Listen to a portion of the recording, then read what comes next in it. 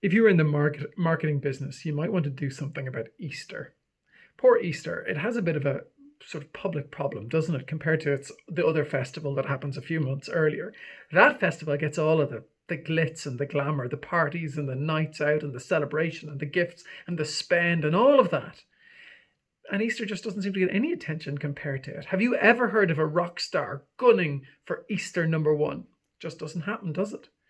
And what about Easter? What about the name? Easter, what does that even mean? At least the other one, its name gives some sense about what it's all about. But Easter, Wester, Souther, Norther? Easter, it's named after a really vague and virtually unheard of pagan god from England from about the 6th or the 7th century. Now, it's got a bit of a marketing problem, doesn't it? But I love Easter. And I love it. One of the reasons, many of the reasons, that for Christians, actually it's much easier there's not so much disentangling the meaning of Easter as there is Christmas. You're trying to disentangle it from how society understands it compared to what Christians want to celebrate at that time. In a sense, we're left to kind of get on with it ourselves. This week, traditionally and historically, is known as Palm Sunday in the Christian calendar. And it begins a week where Christians very particularly begin to think and to reflect on Jesus' death and his resurrection. Just a key part of the account of Christianity, a key belief system for those who are Christians and who follow Jesus. I love Easter. I love that we have this chance to do this reflecting. And I want, as we begin to think about Easter coming next weekend, to think a little bit about what it is to reflect on that this week as we come into this period, to get ourselves in gear for it. And I want us to think about what we're looking at is the death of Jesus Christ, and that's what we look at Good Friday.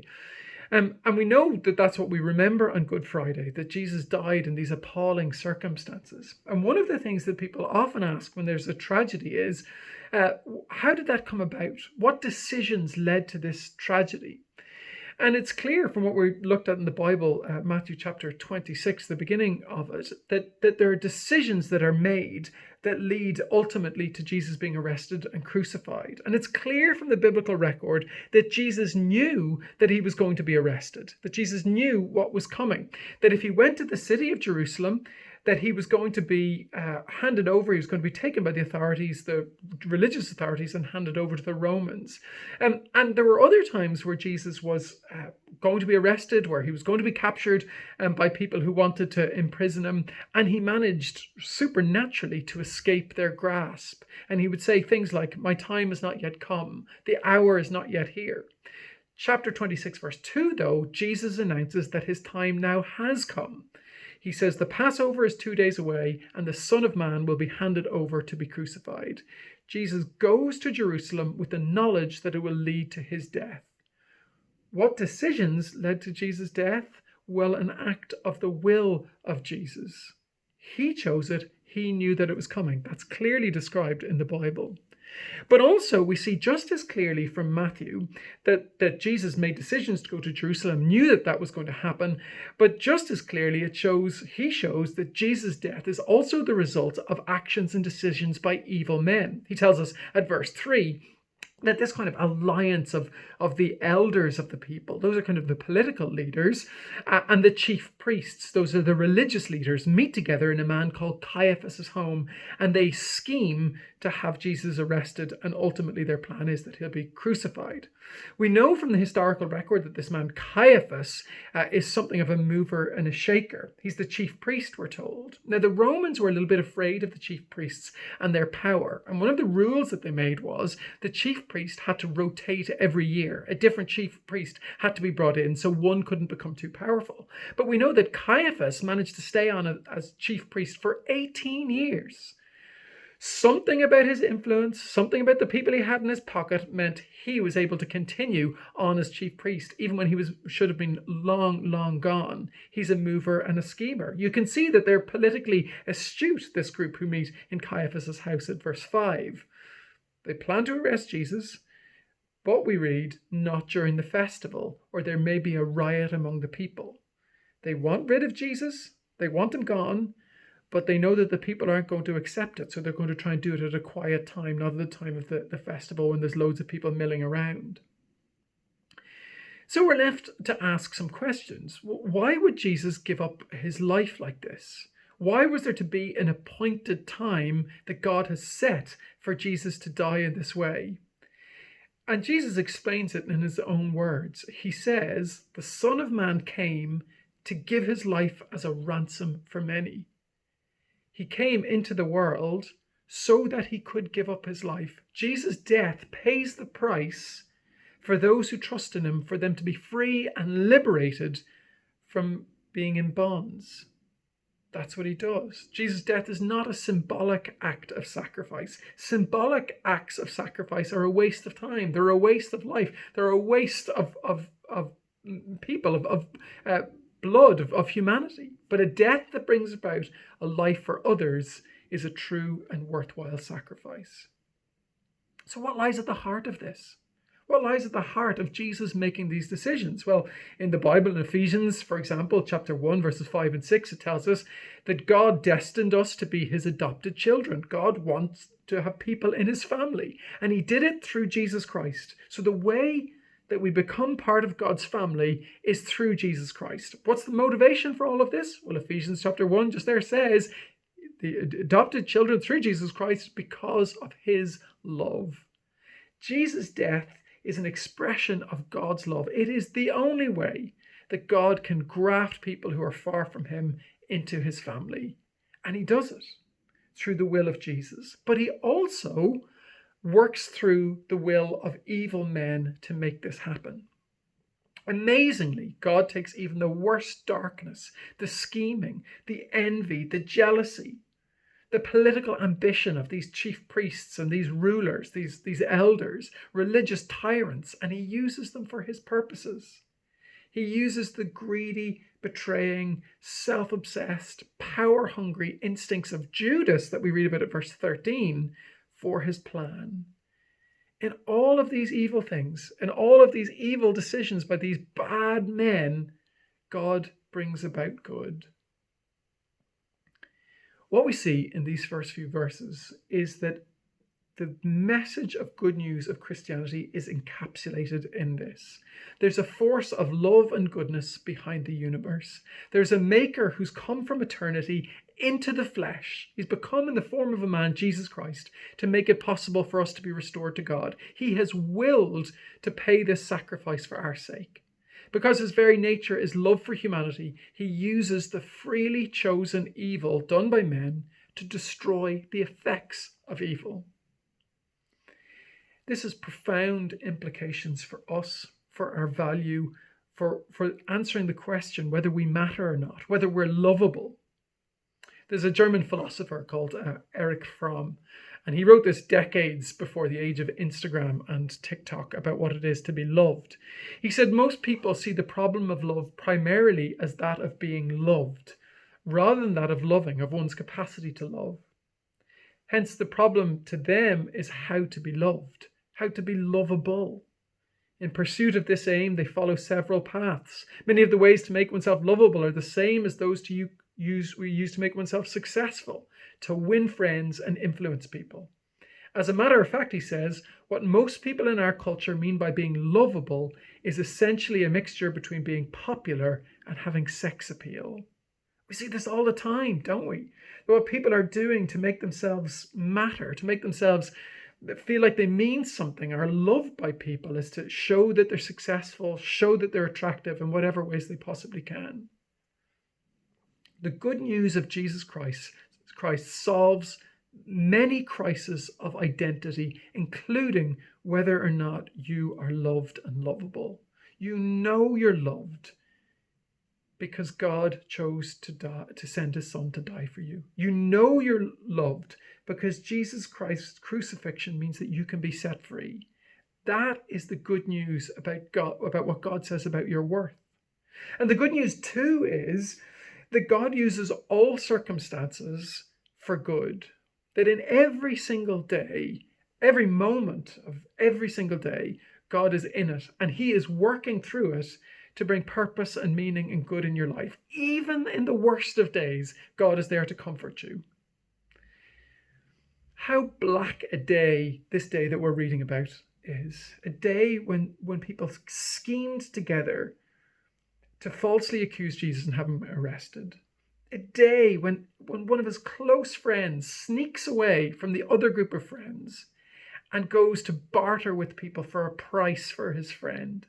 It's an ugly and awful day, and yet God is at work in it to make the most astounding good come out of it. There is no moment in your life that does not contain God. In every struggle, he says, I'm here. In every regret, in every painful memory, he says, my comfort can be with you. In every piece of art or music, he whispers, isn't beauty sensational? In every throw or kick of a ball, he proclaims, isn't it great to be alive? We have our Wednesday morning Little Big Hello, which everybody's always invited to, and it's really become a highlight of my week. And it's a time where we as a church, whoever wants to come on, get to maybe speak a little bit more seriously with each other, a little bit more openly about how things are. And I'd say if I was summing up the kind of conversation that we have, and we are often brought back to the lockdown and the pandemic, if I was to sum up the conversation, I would say that two things. People are essentially saying, things aren't good, we want out of here. Things aren't good, we want this to change. They're saying that on one hand, but on the other, they're saying, isn't it great to have God? Isn't it great that God is with us through all of this? Isn't it great that God's goodness is sustaining us in this, no matter how hard this is? That's people's sense. So this is the message, the good news message, that God has given his son to pay our ransom, to restore us to him, that there is meaning in every moment because God is working through it all. Now, Jesus says something, and I don't know if you've ever seen this in the Bible before, but Jesus says that when you bring this message, he says this at verse 13, when you bring this message of good news about all that I've done, make sure not to forget to tell another story as part of it. And actually, it's the story that we've read this morning. Make sure to always include this story. There's a key component to understanding this good news. Don't miss it. Don't be like my friend who went to visit Edinburgh for 3 days. She spent 3 days sightseeing in Edinburgh, went around the city centre, enjoyed it, was walking around, had a great time. And when she came back, somebody said to her, oh, listen, when you were in Edinburgh, did you see Edinburgh Castle? She said, Edinburgh Castle? No, I didn't get near it. I wasn't anywhere near it. I didn't see it at all. Now, if you've ever been to Edinburgh, what you'll realise is that Edinburgh Castle is right up on this massive hill, and you basically can see the castle from every single street in the city centre. It's almost impossible to miss. Don't miss this bit, says Jesus. It's at verse 6 in chapter 26. We're told that Jesus is in the house of a man called Simon the leper. Now, when we put together what Matthew says about this incident, and then it also appears in Luke and Mark and John, we realize that it's likely that this house is the home of Mary, Martha, and Lazarus, who are friends of Jesus. We read in Matthew that a woman comes to Jesus with an alabaster jar. It's likely that this woman is Mary, the sister of Martha, and she takes out this alabaster jar that we discover, and we're told, has very expensive perfume in it. Now, we know something about alabaster perfume jars. There were perfume jars that were very expensive. We're told that the perfume by John, that the perfume that's in this jar is worth an entire year's wages. It's likely that this is Mary's life savings. It's worth an entire year's, as I said, wages. The average full-time wage in Ireland is €40,000. I couldn't believe that, by the way, when I read it. But the average full-time wage in Ireland for people who are full-time workers is €40,000. That is the value of a really quite fancy new car, really quite nice new car. And what this woman does is takes this thing of the value of an entire annual average wage, and she takes it. And it was used, these jars were used sometimes as kind of women's life savings. And when they were meeting the person that they were going to marry, the man they were going to marry, and they were organizing that commitment, the woman would come, and as a sign of her respect of her man, of her commitment to the man, she would break open this jar at that time, and she'd pour the perfume on his head and on his feet. Now, there's no sense in this that Mary is hoping that Jesus is going to be her husband. The point is that you reserve this jar for a once-in-a-lifetime moment to show how much a person is worth to you. And this woman smashes the jar, and we're told pours it on Jesus' head as he was reclining on the table. It wasn't uncommon for oil to be poured on honoured guests' heads, but nobody would have expected you to bring this thing of such worth and do this for any guest, no matter how honoured they were. Well, the disciples see what she's doing, and they are aghast. What a waste. What does she think she's doing? Verse 8 tells us that they are indignant. You can almost hear the insult. How much money has she just poured down a drain? The ignorant woman. The value of this, we could have sold this, they say, and given the money to the poor. Remember, this is an incident, Jesus says at verse 13, is one that should always be told alongside the good news. And what Jesus says is what this woman does is more important even than giving to the poor. He's saying it's better to do what she does than sacrificially give what you have to those who need it most. What on earth could be more important than giving what you have to those who are vulnerable and needy? It is absolutely clear that in Christianity, taking care of the poor and needy and hurting is a vital aspect of following Jesus. Justice must be a concern of the committed Christian, of the Christian of the person who's come into a relationship with God, who's been set free, who's been born again. You cannot be a Christian and not have a heart to alleviate poverty locally and globally. You cannot be a Christian and not care that everybody in the world is treated equally. But there are people in the world who believe that all Christianity all that it amounts to is doing good things. People who don't believe anything about God or about Jesus are said to be good Christians because of the good they do. People are described as being Christians because of the self-sacrifice they display. The disciples are scolded by Jesus for thinking this way. Why, he says, are you bothering this woman? Jesus says of her actions, what she's done to me is a beautiful thing. She has uniquely expressed how much she values me. He says, you'll always have the poor with you, but you will not always have me. The woman has seen that there's a way to react in the presence of Jesus when he's in your midst that is more important than helping the ever-present poor. She is worshipping Jesus. That word worship is a Latin word. Well, it comes from a Latin root, which means to give worth. It is literally means to give your worth to someone. She is literally, by smashing this jar, giving her worth to Jesus, displaying how much she values him. It's all wrapped up in his impending death. There's added symbolism to what she's doing. Jesus explains in verse 12, she did it to prepare me for burial. She's responding to the fact that she knows that he's going to go and die. She's responding to the significance and the meaning behind that.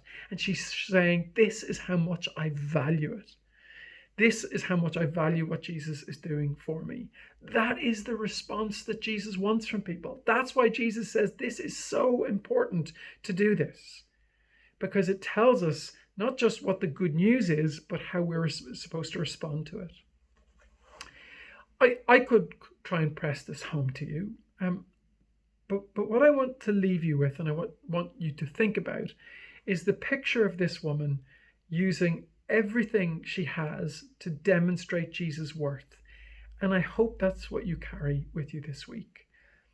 I want you to get a sense of the sight of the people reclining in this house, reclining, eating, Jesus there with his friends, to see the boldness of Mary to go and take this jar of the stir she knows this is going to cause, of the sneers and the looks and the response of the disciples in front of her family as well, the cost that it takes her both to smash this, but also the social cost of it. It's the smell I want you to take of this expensive perfume filling the room. It's the shock and the horror of the disciples' faces as they take in what's happening.